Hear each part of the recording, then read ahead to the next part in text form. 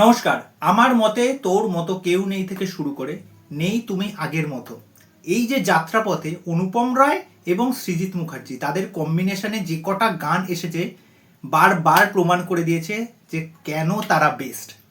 প্রত্যেকটা গান মানে পাবলিককে একদম নস্টালজিক করে দেয়, আলাদাভাবে হিট করে। আর এই গানটা কিন্তু সেই জিনিসটা করতে পেরেছে। অনুপম রায়ের লেখা নিয়ে তো কোনো সন্দেহ নেই, তার লেখনী এবং সবচেয়ে ভালো চয়েস হচ্ছে সোমলতা আচার্য যেভাবে এই গানটাকে গেয়েছে।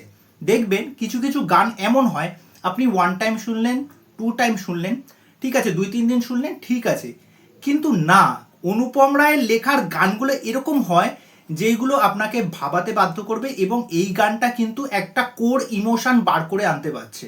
সোমলতা আচার্য যেভাবে স্টার্টিং দিয়েছে মানে মাইন্ড ব্লোয়িং, অসাধারণ লাগছে এবং ভেতরে গিয়ে হিট করছে গানটা রীতিমতো। এতটা ইমোশনাল, এতটা দরদ গানটার মধ্যে রয়েছে এবং এতটা জীবন দর্শনমুখী একটা গান। এই গানটা যেরকমভাবে ইমোশনাল আপনাকে করে দেবে, আপনি এই গানটার সাথে আপনার জীবনের অনেক কিছু রিলেট করতে পারবেন। আর এই গানটার মধ্যে দিয়ে জীবনের অনেক দিক কিন্তু ফুটিয়ে তোলা হচ্ছে। আপনারা এই গানের সাথে কিন্তু হুক হয়ে যাবেন। আমি তো অন্তত হতে পেরেছি। আরেকটা বিষয়ে প্রশংসা করতেই হয়, এখানে হচ্ছে কৌশানী। মানে কৌশানী বহুরূপীতে তার যে অভিনয় সত্তাটা যে বার করে আনতে পেরেছেন শিবপ্রসাদ, সৃজিত মুখার্জি এই যে তাকে কাস্ট করেছে এই কাজের জন্য, একদম ঠিক কাজ করেছে। আপনি কৌশানীকে দাস দেখুন, প্রথম থেকে শুরু করে কৌশানী যেন দিনকে দিন তার অভিনয় সত্তা যেন একদম ফুলে ফেপে উঠছে। মানে একদম পিওর ইমোশনটা যেন এই গানের মধ্যে দিয়ে বোঝা যাচ্ছে। দেখুন গানটা যেভাবে শুরু হচ্ছে আমরা কৌশানীকে দেখতে পাচ্ছি, সে একদম বিধ্বস্ত, সে মনের দিক থেকে ভেঙে পড়েছে। মানে এমন একটা খবর এসেছে, মনে হয় পরিবারের কেউ, বাবা বা কোনো বয়োজ্যেষ্ঠ ব্যক্তি মারা গেছে, তার বয়ফ্রেন্ডের সাথে ঝগড়া চলছে।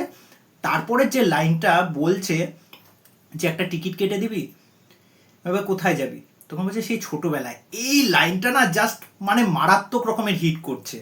তারপরে আমরা কৌশানীকে দেখতে পাচ্ছি যে কৌশানী সেই পাহাড়ে যাচ্ছে, সেখানে তার নিজের বাড়ি, তার মা তাকে থাপ্পড় মেরে বার করে দিচ্ছে। এই মেয়েটা তার জীবনে এতটাই বিধ্বস্ত হয়ে গেছে, সে এখন দিক বেদিক শূন্য, সে এখন কি করবে। দেখুন আমাদের সমাজ এখন যে পরিস্থিতির মধ্যে দিয়ে যাচ্ছে, প্রত্যেকটা ঘরের ছেলে মেয়েকে আপনি দেখে নিন, মানে বিশেষ করে এই ইয়ং জেনারেশন, প্রত্যেকে কিছু না কিছু তাদের মনে একটা ব্যথা, দুঃখ, চাপা কষ্ট রয়েছে, তারা কিন্তু বলতে পারে না। এর প্রত্যেক দিনের যে নিত্য নতুন কাজকর্ম থাকে, তারা কিন্তু তার মধ্যেই ব্যস্ত হয়ে পড়ে। তারা কিন্তু সেই দিকগুলোকে এক প্রকার ভুলে যায়।